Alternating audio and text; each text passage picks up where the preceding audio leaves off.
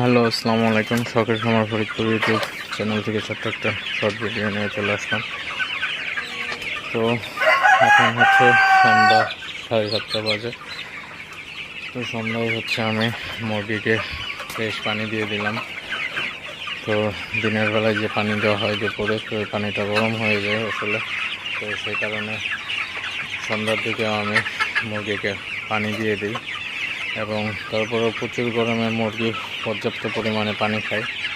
তো সেক্ষেত্রে পানি তো 3বার দিতেই হবে। তো এই গরমে পর্যাপ্ত পরিমাণে মুরগির ঘরে ঠান্ডা পানির ব্যবস্থা রাখতে হবে। ঠান্ডা পানি দিলে আপনার মুরগিগুলা সুস্থ থাকে। গরমের হাত থেকে একটু হলে মুরগিগুলা ঠিকঠাক থাকে, মুরগির তেমন কোনো সমস্যা হয় না। তো আপনারা যারা খামারি আছেন, অবশ্যই আপনারা মুরগিকে সবসময়